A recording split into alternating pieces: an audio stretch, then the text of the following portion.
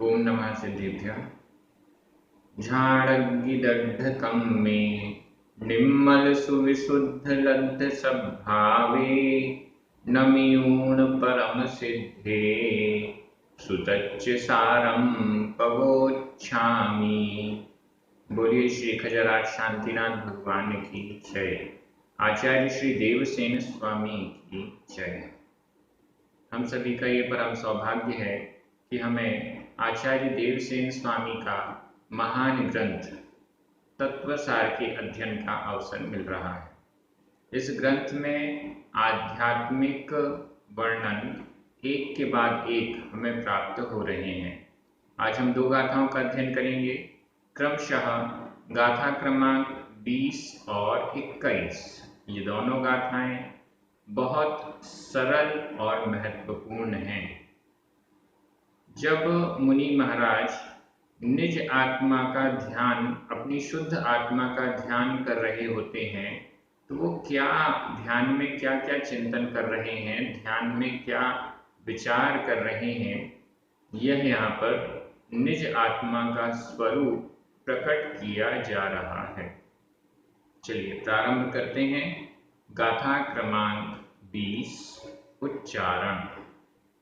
णत्थि णत्थि कला संठाणम संठाणम मग्गण मग्गण गुणठाण गुणठाण जीवठाणाइम जीवठाणाइम।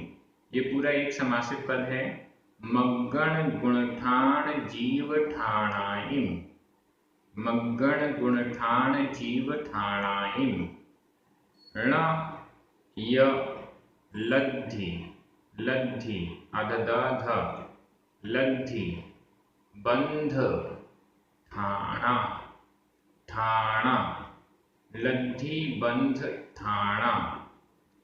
णोदय णोदय ठाणाइया ठाणाइया केयी केयी। णत्थिकला संठाणम णत्थिकला संठाणम मग्गण गुणठाण जीवठाणाइम, मग्गण गुणठाण जीवठाणाइम।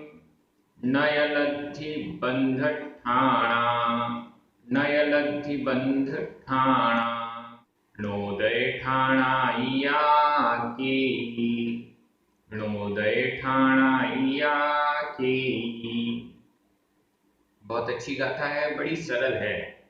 कल बताया गया था कि जिसके क्रोध मान माया लोभ नहीं होते हैं, वेश्याएं नहीं होती हैं, ऐसी निरंजन स्वरूप वह आत्मा सो अहम, वह मैं हूं, यह वर्णन आया था।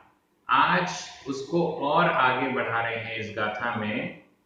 जिसके नहीं है, नत्थि नत्थि नहीं है, नत्थि नहीं है, नहीं होता है, ये भी इसका अर्थ कर सकते, नहीं है। क्या नहीं है? कला संठाणम, कला कला, जिसके कला नहीं है, जिसके कलाएं नहीं है। संठाणम संठान संस्थान, नत्थि नहीं है। मग्गण गुणठाण जीवठाणा इत्यादि इत्यादि, ये सब जिसके नहीं है, ऐसा निरंजन स्वरूप वाला मैं हूं, ऐसा ध्यान मुनिराज करते हैं जब वो निर्विकल्प अवस्था में होते हैं, जिसे अविकल्प स्वगत तत्व कहा गया है। अब हम देखते जाते हैं किस किस चीज, ये सभी चीजें, कला संस्थान इत्यादि, ये सभी व्यवहार की अपेक्षा से तो होते हैं, ऐसा आगे की गाथाओं में बताया जाएगा। लेकिन जब वो निर्विकल्प ध्यान में लीन होना चाह रहे हैं, निर्विकल्प अवस्था में लीन हो रहे हैं, तो शुद्ध निश्चय नय की अपेक्षा से ये नहीं होते हैं। नत्थि नहीं होते हैं। क्या क्या नहीं होते हैं? कला, कलाएं। मनुष्यों में, पुरुषों में, महिलाओं में, सब में अलग अलग प्रकार से कलाएं बताई गई हैं। क्योंकि यहाँ पर मुनिराज की चर्चा है, मुनिराज पुरुष अवस्था में होते हैं, तो यहाँ कलाओं की संख्या 72 हो गई, 72।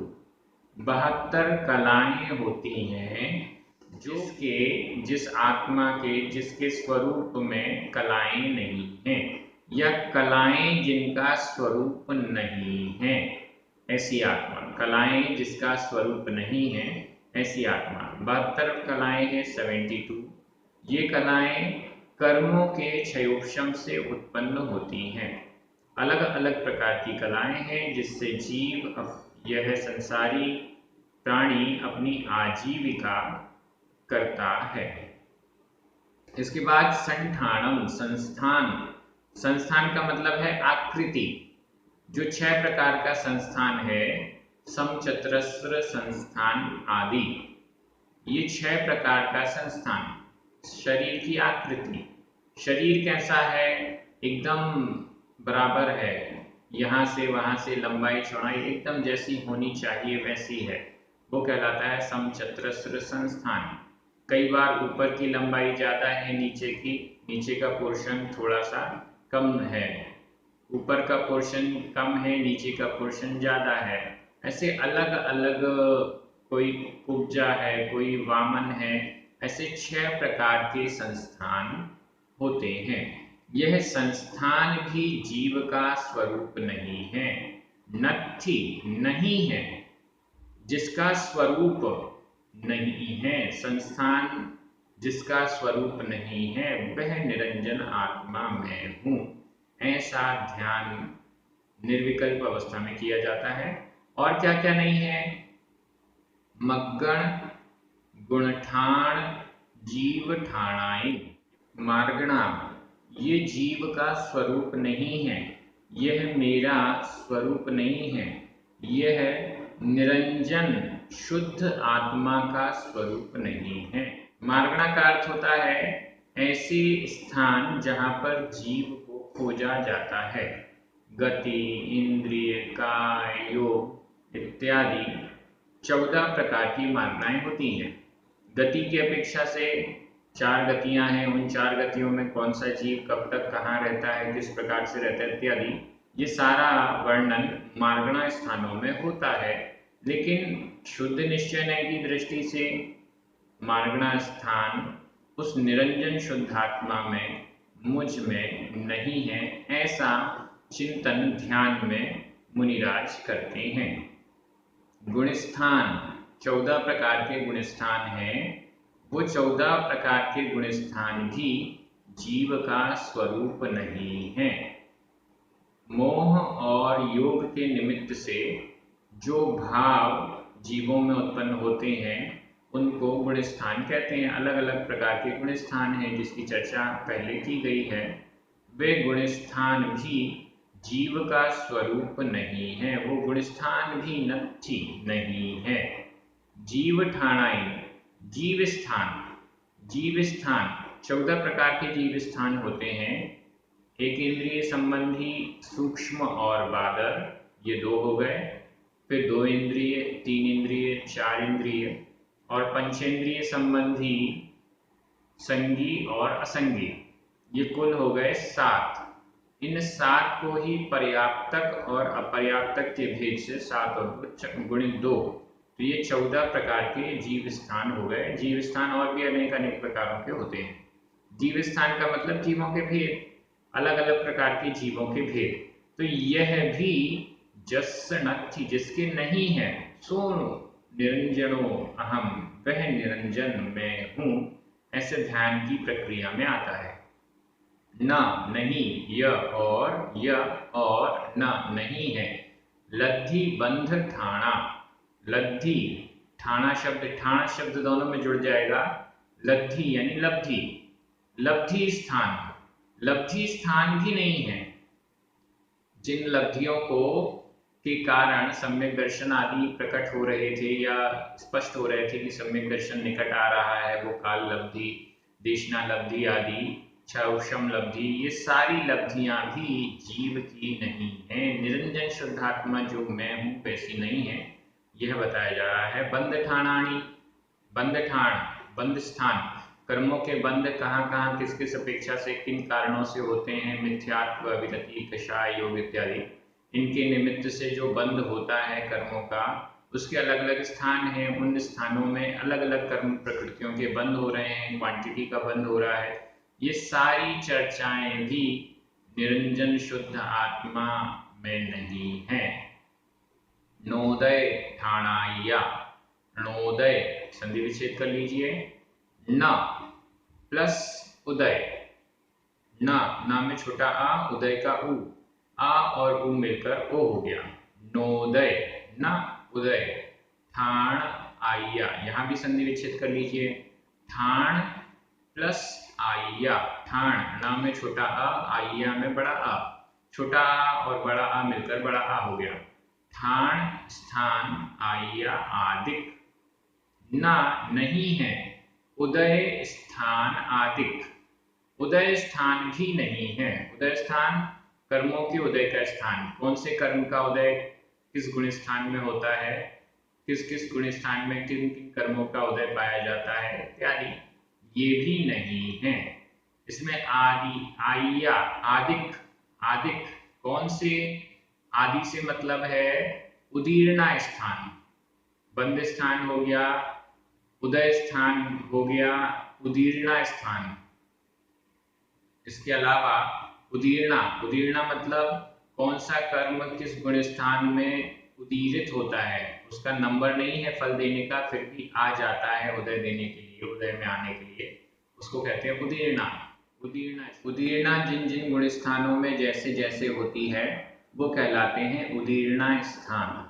उदीर्णा स्थान के अलावा सत्ता, सत्व स्थान, सत्ता के स्थान, किस किस गुण स्थान में कितने कितने कर्मों की सत्ता होती है, कितने कर्मों की सत्ता किस गुण स्थान में पाई जाती है, ये सब जो है वो सत्ता स्थान, सत्व स्थान भी कहते हैं। ऐसे और भी जो वर्णन कर्म सिद्धांत ग्रंथों में आते हैं वो सारी चीजें शुद्ध निश्चय की अपेक्षा से निरंजन शुद्धात्मा में नहीं पाई जाती हैं। इस दृष्टि से यहाँ पर स्पष्ट किया गया है कि नत्थी, न, दो बार न शब्द आया है और एक बार नत्थी, नहीं है, न मतलब नहीं, न यानी नहीं, केई, केई यानी कोई, केई कोई, कोई भी ये स्थान नहीं है, कलाएं नहीं है, संस्थान नहीं है, मार्गणा गुण स्थान जीव स्थान नहीं है, लब्धि या बंध के स्थान भी नहीं है, उदय के स्थान आदिक कोई न नहीं है, कुछ भी नहीं है। ऐसी निरंजन, निरंजन मतलब बिल्कुल अंजन नहीं है, जिसमें बिल्कुल कालिमा, बिल्कुल गड़बड़ी जिसमें नहीं है, ऐसी वह शुद्ध आत्मा है। ये सभी चीजें गड़बड़ियों का प्रतीक हैं। देखिएगा, चाहे मार्गणा स्थान हो, गुण स्थान हो या कोई भी है, ये सारे विभावों के ही प्रकटीकरण के अलग अलग स्थान हैं। तो ये सारे विभाव, ये सारी अशुद्धियां निरंजन शुद्ध स्वरूप आत्मा में नहीं होती हैं, ये बात स्पष्ट की जा रही है।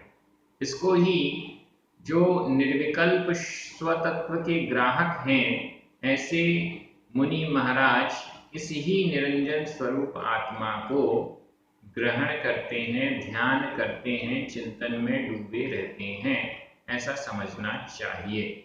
गाथा का अर्थ सरल है, ये सब परिभाषाएं आप नोट कर सकते हैं, इनके भेद अलग अलग हैं वो नोट कर सकते हैं, इससे ये पूरा हो जाएगा। विभक्तियों की दृष्टि से देखें, नत्थी, न, य, ये सब तो अव्यय हैं। कला संठाणम, कला, और बाकी सब जो है कला संठाणम, प्रथमा कला प्रथमा विभक्ति एक वचन, संठाणम प्रथमा विभक्ति एक वचन, मग्गण गुण ठाण जीव ठाणाई, लथि बंध ठाणा, नोदय उदय ठाणाइया, ये सभी प्रथमा विभक्ति के बहुवचन है। केई, यह भी प्रथमा विभक्ति का बहुवचन है। यहाँ सभी जगह ऊपर केवल कला और संठानम इसमें प्रथमा विभक्ति का एक वचन है, बाकी सभी जगह प्रथमा विभक्ति का बहुवचन है। इस प्रकार से इस गाथा की अर्थ पूर्ण हो गया है। अब हम अगली गाथा में चलते हैं। और कैसा स्वरूप है उस निरंजन आत्मा का, तो वो यहाँ पर बताया जा रहा है। गाथा क्रमांक 21। उच्चारण। पास रस रूप, यहाँ बड़े ऊ की मात्रा है, रूप गंधा, गंधा, ये पूरा एक समासित पद है। पास रस रूप गंधा, पास रस रूप गंधा। सद्दा दिया, सद्दा दिया, आधा पूरा दा, सद्दा दिया। य जस नत्थी, नत्थी, गुणो, गुणो। शुद्धो चेयण भावो, चेयण भावो। निरंजनो सो अहम भणिओ, भणिओ। पास रस रूप गंधा, पास रस रूप गंधा। सद्दा दियाय जस्सणत्थि पुणो, सद्दा दियाय जस्सणत्थि पुणो। शुद्धो चेयण भावो, शुद्धो चेयण भावो। निरंजनो सो अहम भणिओ, निरंजनो सो अहम भणिओ। बड़ी सुंदर गाथा है। निरंजन स्वरूप आत्मा का कैसा विलक्षण स्वरूप है जो हमें दिखाई नहीं देता, जो समझ में नहीं आता। ऐसा वह निरंजन आत्मा का स्वरूप है। यहाँ पर सो अहम, सो यानी वह, वह निरंजनो निरंजन, अहम मैं भणियो कहा गया। निरंजनो निरंजन, अंजन से रहित, कालिमा से रहित, अशुद्धि से रहित, शुद्ध आत्मा अहम मैं भणिओ कहा गया। भणिओ यहाँ पर भूतकालिक कृदंत का प्रयोग है, क्रिया है भण और इसमें भूतकालिक कृदंत का प्रत्यय लगा हुआ है अ। भण क्रिया का अर्थ है कहना, कहा गया। सो अहम वैसा मैं कहा गया, वैसा मैं कहा गया। ये जो स्वरूप बताया गया है, इस स्वरूप वाला मैं कहा गया, ऐसा मेरा स्वरूप है, ये चिंतन में आता है। ऐसा हमारे चिंतन में आता है और उनके ध्यान में आता है। हमारे चिंतन में आता है और मुनियों के ध्यान में आता है। चिंतन में और ध्यान में अंतर है, इस अंतर को भी समझ लीजिए। चिंतन हम जो विचार करते हैं वो है चिंतन, बार बार बदलता रहता है, यहाँ से वहाँ, यहाँ से वहाँ, चेंज होता रहता है। लेकिन ध्यान, जब उस चिंतन को करते करते किसी एक विषय पर ही टिक कर डूब जाएं, वो कहलाता है ध्यान। चिंतन और ध्यान। हम परिग्रह सहित हैं, हमारा मन चंचल है, फटाफट इधर से उधर होता रहता है। लेकिन मुनिराज जिन्होंने परिग्रह का त्याग किया हुआ है, समस्त अंतरंग और बहिरंग जल्प से जो रहित हैं, वो ध्यान में डूब जाते हैं और ये ही ध्यान में जो स्वरूप बताया जा रहा है वो आता है। हम उसे चिंतन में लेते हैं, वो उसे ध्यान में लेते हैं। दोनों में थोड़ा सा डिफरेंस हो गया। ध्यान में जब ये बातें आती हैं तो उससे कल्याण होता है, कर्मों की निर्जरा और मोक्ष की साधना हो जाती है। और जब ये चिंतन में आता है तो मार्ग तो प्रशस्त होता है, रास्ते में आगे बढ़ने की व्यवस्था तो बनती है, लेकिन जब तक वो ध्यान में कन्वर्ट नहीं होता तब तक मोक्ष की व्यवस्था नहीं बन पाती। ऐसा हम समझ सकते हैं। कैसा है यह निरंजन शुद्ध स्वभाव वाला मैं, कैसा हूं? शुद्धो, शुद्ध, चेयण भावो, चेतन भाव, शुद्ध है, चेतन भाव है, केवल चेतन भाव है, चेतना के अलावा अन्य कोई भाव नहीं है। पास रस रूप गंधा सद्दा दिया या जस सणत्थि, जस जिसके, जस जिसके, पुणो पुनः पुनः, और इसके आगे जस जिसके, ये सब नत्थि नहीं है। क्या क्या चीजें नहीं है? पास, रस, रूप, गंधा। पास स्पर्श, पास का अर्थ है स्पर्श। रस, रस का अर्थ रस। गंध, रूप, रूप और गंधा, गंध। जिसके नहीं है, स्पर्श नहीं है। 8 प्रकार का स्पर्श होता है जो कि पुद्गल में पाया जाता है।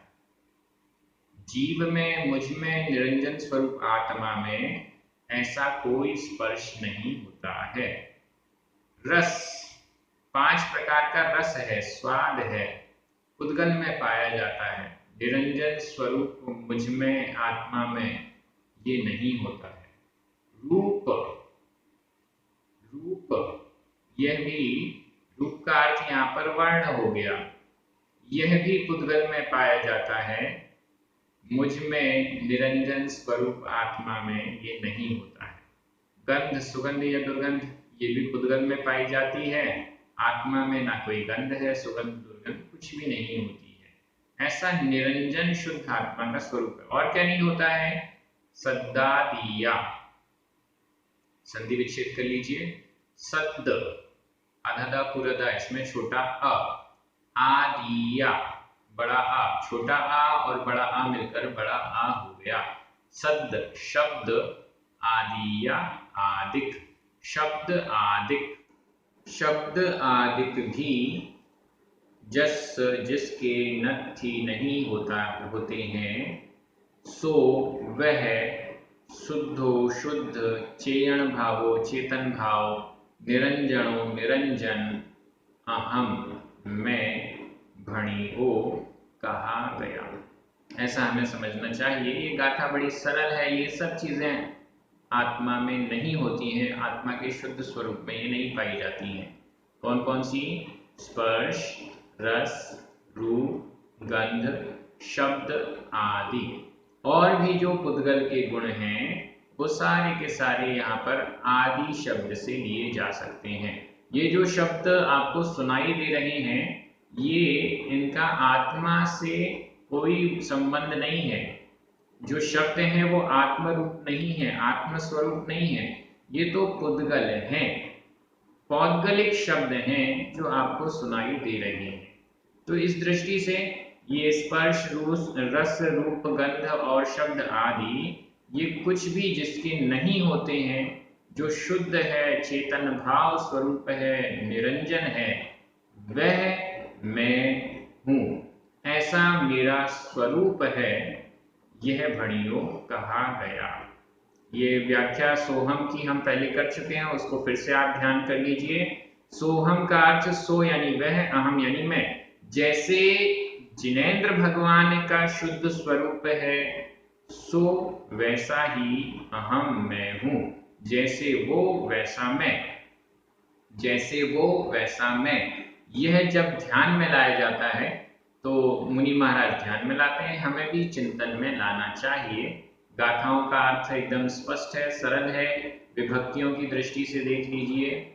पास, रस, रूप, गंधा, सद्दादिया, इसमें तो प्रथमा विभक्ति का बहुवचन है। जस षष्ठी विभक्ति का एक वचन है। शुद्धो, चेयण भावो, निरंजनो, सो, अहम, इन सब में प्रथमा विभक्ति का एक वचन है। भणियो, यह भूतकालिक कृदंत का प्रयोग है। पुणो, नत्थि, य, ये सब अव्यय हैं, इसमें कोई विभक्ति नहीं होती है। आप सभी प्राकृत भाषा की दृष्टि से इस आध्यात्मिक ग्रंथ का अध्ययन कर रहे हैं, आध्यात्मिक रहस्यों को समझ रहे हैं, सभी को बड़ा आनंद आ रहा है। एक नई अनुभूति नए तरीके की हो रही है कि एक एक शब्द क्लियर हो रहा है, एक एक शब्द समझ में आ रहा है। इस दृष्टि से सभी को बहुत बहुत धन्यवाद। पुण्यार्जकों को विशेष धन्यवाद। सभी को जय जिनेंद्र। जिनवाणी माता की जय।